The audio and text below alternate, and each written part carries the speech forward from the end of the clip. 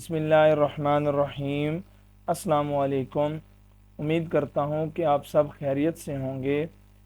आज हम chapter number 1 की एक्सरसाइज 1.3 करेंगे, जिसमें हमारे पास हमारी डेली लाइफ की वर्ड प्रॉब्लम्स हैं, जिनको हम properties of the real numbers की हेल्प से सॉल्व करेंगे। तो let's start with the question number 1। Question number 1 में है हमारे पास, on his last bank statement, Qasim had a balance 1,75,000 in his checking account. He wrote one check for 45,790 and another for 1,12,921. What is his current balance? जी, तो student हमारे पास question number 1 है कि कासिम की जो लास्ट बैंक की statement है उसमें उसके पास 1,75,000 रुपये थे, जिसके बाद उसने एक चेक लिखा जिसकी मालियत 45,790 रुपीज़ थी, एंड फिर उसने एक और चेक लिखा जिसमें उसकी मालियत 1,12,921 रुपीज़ थी। हमसे ये पूछा गया है कि उसके अकाउंट में इस वक्त कितना बैलेंस मौजूद है। जी, तो स्टूडेंट इसको फाइंड आउट करने का क्या तरीका है कि हम ये फाइंड आउट करेंगे कि कासिम ने टोटल कितने चेक या कितनी अमाउंट डेबिट की है, यानी कितनी अमाउंट अकाउंट से निकलवाई है। तो अगर हम जितनी अमाउंट लास्ट स्टेटमेंट के बाद जितनी अमाउंट कासिम ने निकलवाई है, अगर हम वो फाइंड कर लेते हैं तो उसको हम लास्ट बैंक स्टेटमेंट वाली अमाउंट जो कि 1,75,000 है उसमें से माइनस कर देंगे तो हमारे पास करंट बैलेंस स्टेटमेंट आ जाएगी। तो स्टार्ट करते हैं। सोल्यूशन क्या बनेगा कि हम लिखेंगे इनिशियली बैलेंस क्या है कासिम के पास। Initial balance is equal to 1,75,000। Next first जो चेक है, फर्स्ट चेक जो उसने डेबिट किया है अकाउंट से वो है 45,790 रुपीज़, एंड सेकंड चेक जो उसने डेबिट किया है अकाउंट से वो है 1,12,921 रुपीज़। तो टोटल डेबिट अमाउंट कितनी बन जाएगी? Total debit amount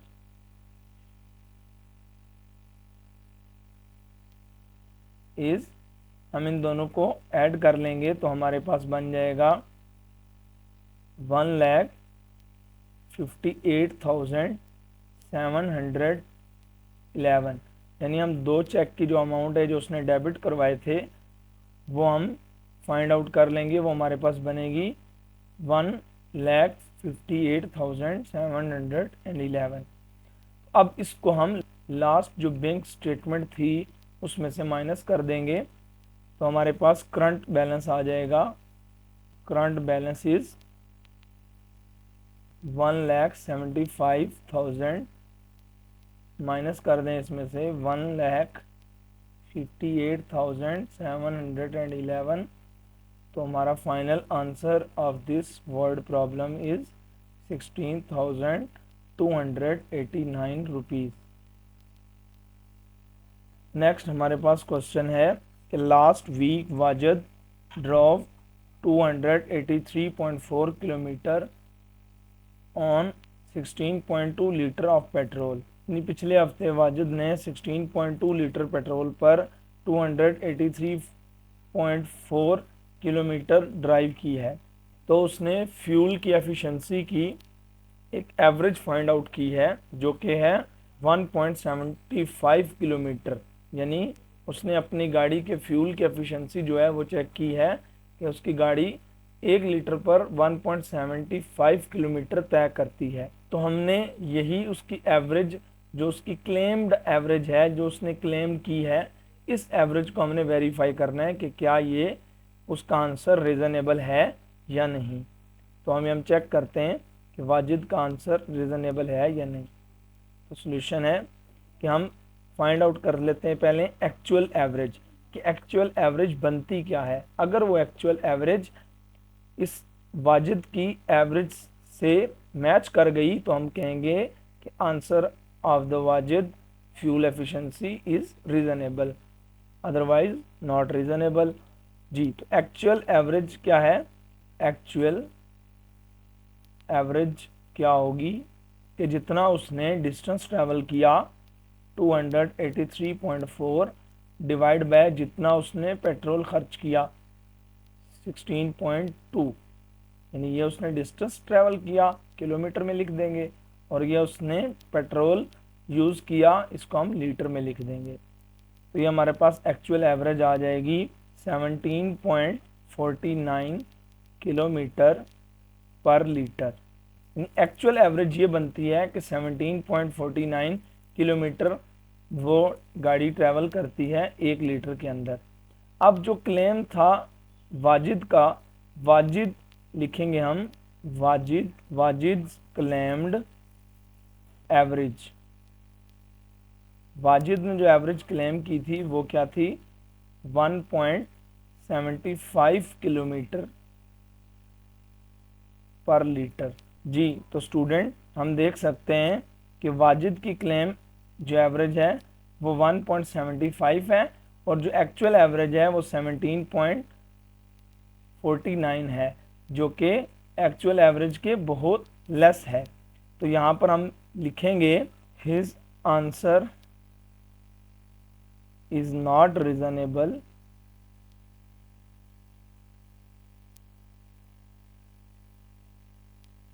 because 17.49 kilometre per litre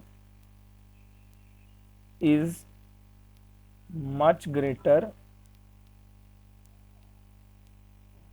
than 1.75 kilometre per litre.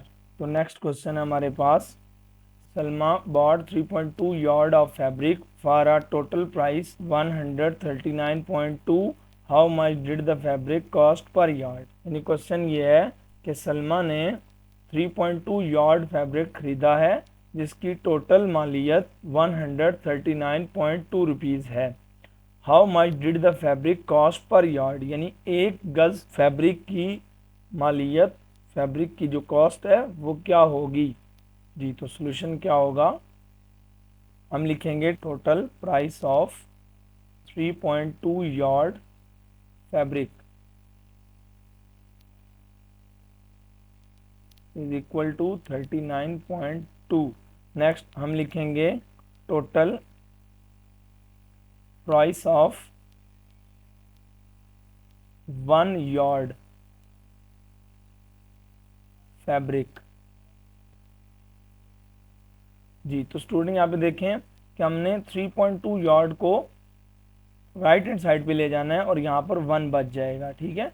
या आप इसको ऑब्जर्व करें कि यहाँ पर हमने 1 लिख दिया, 3.2 यार्ड को हम राइट हैंड साइड पे ले जाएंगे तो इधर ये मल्टीप्लाई हो रहा है फैब्रिक के साथ, उस साइड पे जाके डिवाइड हो जाएगा। ये मैं आपको एक शॉर्ट ट्रिक बता रहा हूँ। वैसे ये आपको पता है कि ये डिवाइड का क्वेश्चन है कि 1 यार्ड फैब्रिक की कॉस्ट हमने निकालनी है, तो उसके लिए हमें 3.2 यार्ड डिवाइड करना पड़ेगा जाके 139.2 से। जी, तो इसको हम इस पर डिवाइड कर देंगे 139.2 डिवाइड बाय 3.2, तो हमारा आंसर आ जाएगा 43.5। जी, तो ये कॉस्ट ऑफ पर यार्ड बन जाएगी, कॉस्ट ऑफ पर यार्ड, यानी एक गज जो फैब्रिक है उसकी कीमत। This is the answer of this question. Next हमारे पास क्वेश्चन है, Momina walks 3.5 kilometre per hour, she took a 12 hour walk, how far did she walk. यानी मोमिना जो है उसकी चलने की जो स्पीड है वो 3.5 किलोमीटर पर हॉर है। मोमिना ने 12 घंटे चला है, तो बताएं उसने कितना डिस्टेंस ट्रेवल किया। तो सॉल्यूशन क्या बन जाएगा हमारे पास? हम फर्स्ट ऑफ ऑल लिखेंगे speed is equal to 3.5 kilometre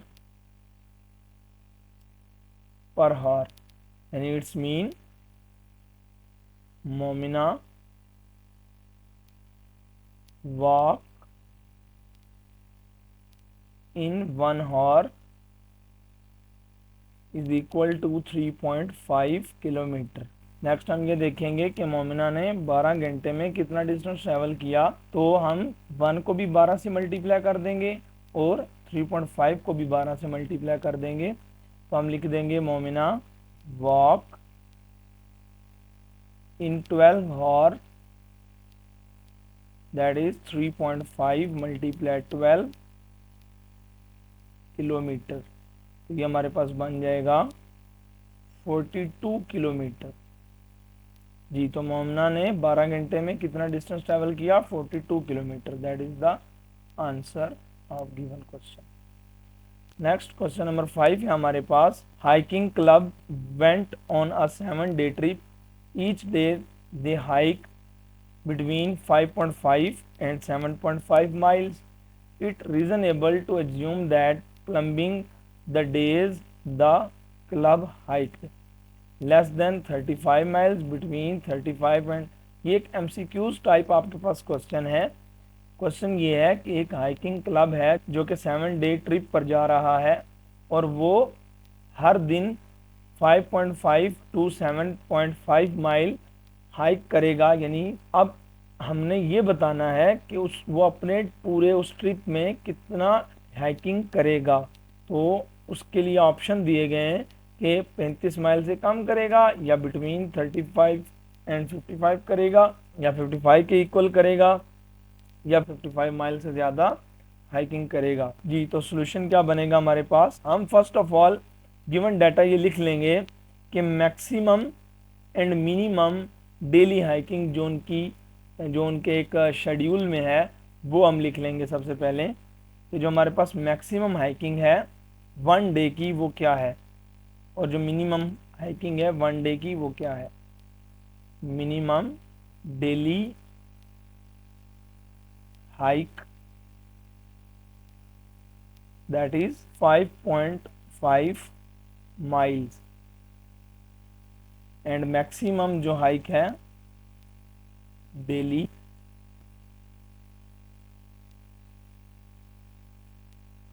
that is 7.5 miles.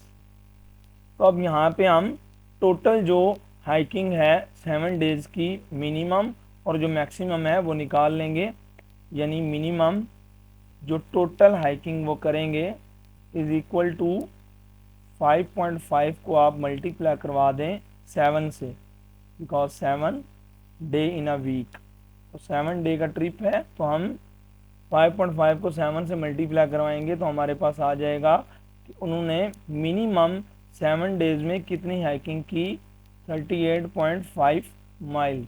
Next हम मैक्सिमम जो हाइकिंग है उनकी वो फाइंड आउट कर लेंगे। मैक्सिमम टोटल हाइक जो करेंगे वो क्या है 75 मैक्सिमम हाइकिंग थी उनकी डेली रूटीन में, तो ये इसको अगर हम 7 से मल्टीप्लाई कर दें क्योंकि 7 डे ट्रिप है तो ये हमारे पास बनता है 52.5 माइल। तो हमारे पास आंसर आ गया स्टूडेंट कि जो ट्रिप है वो 7 डेज में मिनिमम हाइकिंग करेगा 38.5 और मैक्सिमम हाइकिंग करेगा 52.5। अब इन दोनों आंसर में हम अपने ऑप्शन को देखेंगे कि और ये फाइंड करेंगे कौन सा ऑप्शन करेक्ट है। जी, तो स्टूडेंट आप देखें कि फर्स्ट ऑप्शन है लेस देन 35, तो हमारे जो मिनिमम हाइकिंग है वो है 38.5, so option A is not correct. Next हमारे पास जो ऑप्शन बी है वो है बिटवीन 35 एंड 55, यानी 35 से ज़्यादा और 55 से कम। तो अगर हम अपने आंसर्स को देखें तो हमारे आंसर कुछ ऐसे ही हैं कि 38.5 is greater than 35 and 52.5 is less than 55, तो आंसर बी इज करेक्ट। तो हमारा आंसर हो जाएगा option be between 35 and 55 miles. तो नेक्स्ट क्वेश्चन नंबर 6 है। For a class party the student council purchase 42 balloons at 1.85 rupees each. What is the total amount the student council paid for the balloon? आसान सा question है कि एक student ने party arrange की, तो उनकी जो स्टूडेंट काउंसिल है उन्होंने 42 बैलून्स खरीदे, जिनमें एक बैलून की प्राइस 1.85 है. What is the total amount the student council paid? तो डेफिनेटली हमें 42 बैलून्स की कीमत फाइंड करने का कहा गया है. तो सॉल्यूशन क्या होगा? हम लिखेंगे cost of one balloon is 1.85 and the cost of 42 balloon is 1.85 multiply with 42, that is 77.7 rupees. जी, तो स्टूडेंट काउंसिल ने 42 बैलून्स के लिए 77.7 रुपीज़ स्पेंड किए. नेक्स्ट क्वेश्चन नंबर 7 है, a group of friend made 4 yard long rectangular banner. They paid 3.75 per yard for the fabric and ₹9 for the frame to go around the banner. 10 yard perimeter है उसका. What was the width of the banner?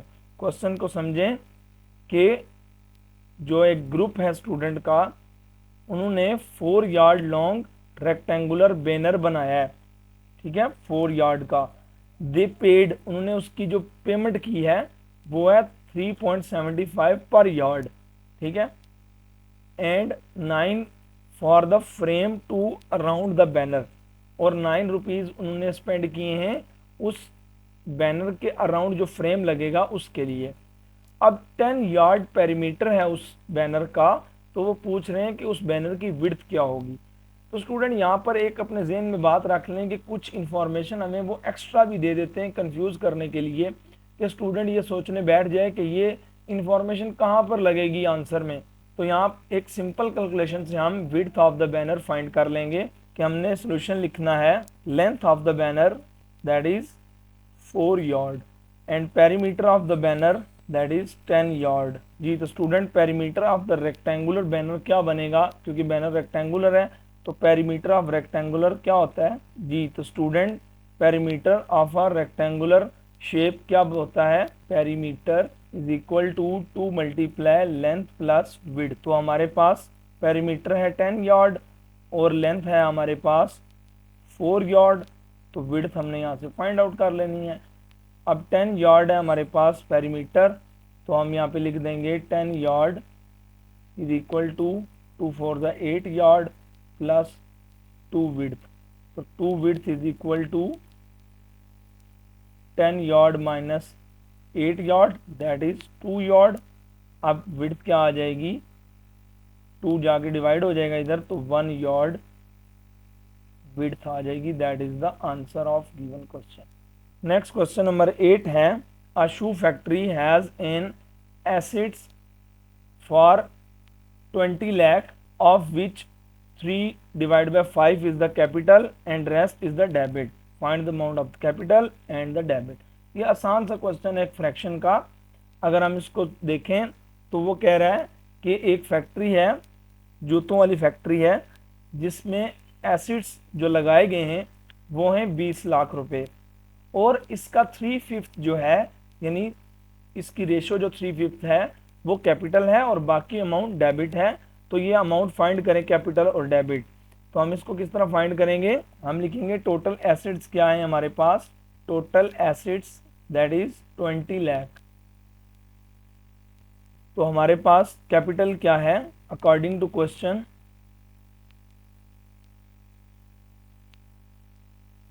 According to condition जो हमें capital बताया गया है कि capital is 3/5 of assets. जी, तो कैपिटल क्या बन जाएगा? Capital is 3/5 multiply with 20 lakh. 5 cancel out हो जाएगा 20 लाख से. 5 4 द 20,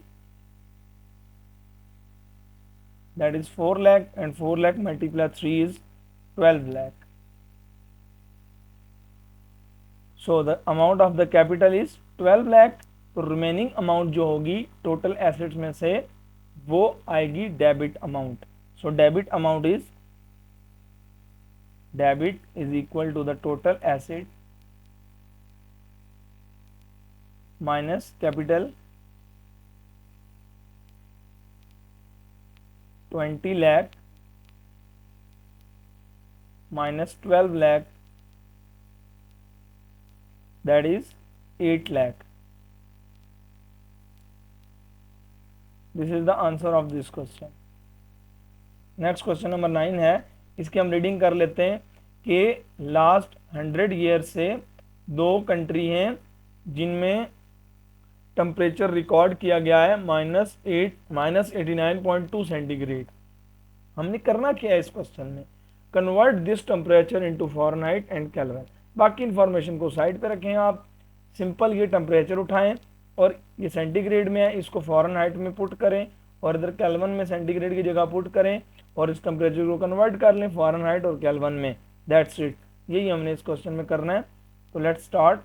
सोल्यूशन होगा फर्स्ट सेल्सियस टू फ़ारेनहाइट करेंगे हम, तो इसको हेडिंग बना देंगे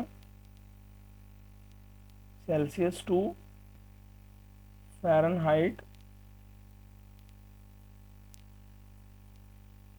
तो ये हमारे पास बन जाएगा F is equal to 9 divide by 5 multiply with temperature हमें सेंटीग्रेड में क्या दिया गया है -89.2 जी, तो +32.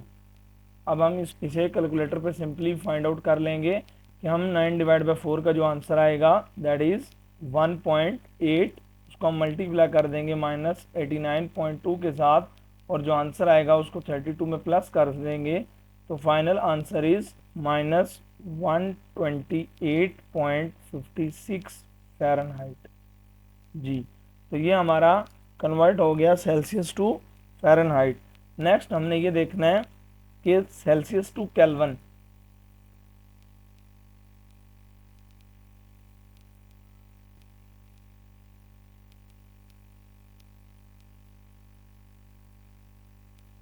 इसको भी हम हेडिंग बना देंगे जी. तो केल्विन में सेंटीग्रेड को पुट कर देंगे.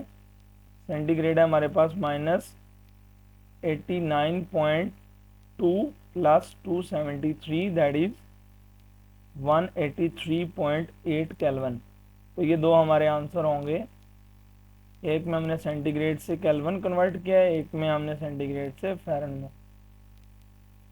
नेक्स्ट क्वेश्चन नंबर 10 है हमारे पास. A company was penalised by the government act for low quality production if the company has 3 shareholder. इसको हम जल्दी से रीडिंग कर लेते हैं कि हमारे पास एक कंपनी है जिसको गवर्नमेंट की तरफ से कम क्वालिटी की प्रोडक्शन पर एक पेनल्टी पड़ गई है जी. पेनल्टी होती है कि फ़ाइन हो जाना. If the company has 3 share holder. अब वो कंपनी की तमाम खसूसियात बता रहा है, कंपनी की यानी कि फ़ीचर्स बता रहा है. कंपनी में 3 शेयर होल्डर थे, फ़रा, मरियम और तहरीम. तो इन्होंने इन्वेस्ट किया था रेशो 1:3 के साथ. एंड द अमाउंट जो पेनल्टी है वो जो गवर्नमेंट की तरफ से इनको पड़ी है, वो जो फ़ाइन हुआ है इनको वो है 4,56,868.97. Find the amount of penalty paid by the each of 3 share holder. यानी तीनों को फ़ाइन का कितना कितना हिस्सा पे करना पड़ेगा जी. तो सोल्यूशन स्टार्ट करते हैं विद द टोटल रेशो के साथ. ये टोटल रेशो हमारे पास क्या है दैट इज 1 + 2 + 3 दैट इज 6. यानी टोटल रेशो हमारे पास आ गई है 6. अब टोटल पेनल्टी हमें पता है कि टोटल पेनल्टी इज 4,56,868.97 है. टोटल पेनल्टी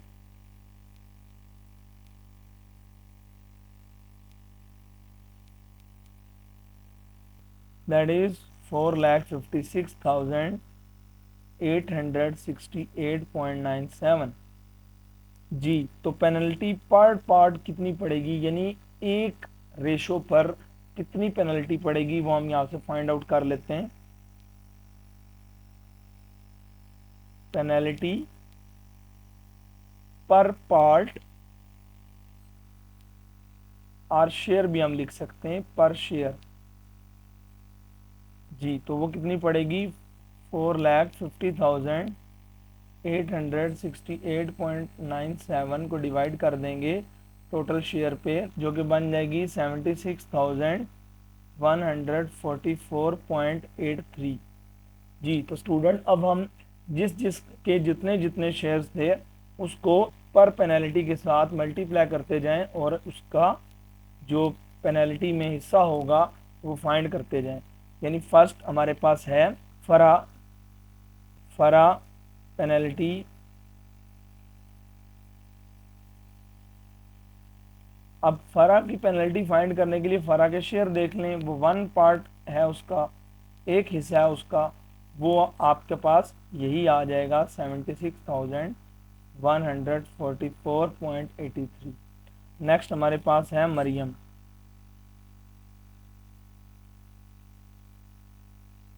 मरियम्स पेनल्टी क्या होगी, अब मरियम के शेयर हैं 2, ठीक है, 2 पार्ट हैं, 2 हिस्से हैं इसके, तो हम इसको मल्टीप्लाई कर देंगे विद 76,144.83 के साथ, दैट इज 1,52,289.66 जी। तो नेक्स्ट है हमारे पास तहरीम्स पेनल्टी क्या होगी, अब तहरीम के थे 3 हिस्से यानी 3 पार्ट थे तहरीम के, तो 3 से मल्टीप्लाई कर देंगे 76,144.83 दैट इज 2,28,434.49। तो ये हमने तीनों जो शेयर होल्डर थे उनकी पेनल्टी फाइंड आउट कर ली है, जो कि हमारे पास फर्स्ट की आ रही है 76,144.83, सेकंड मरियम की हमारे पास आ रही है 1,52,289.66 और लास्ट तहरीम की जो हमारे पास आ रही है, जो कि सबसे ज़्यादा तहरीम को फाइन हुआ है, वो है 2,28,434.49 जी। तो स्टूडेंट ये थे क्वेश्चन 1.3 के, उम्मीद करता हूँ कि आपको अच्छे से समझ आए होंगे। इनकी प्रैक्टिस करें और दोस्तों के साथ शेयर करें। दुआओं में याद रखिएगा। अल्लाह हाफिज़।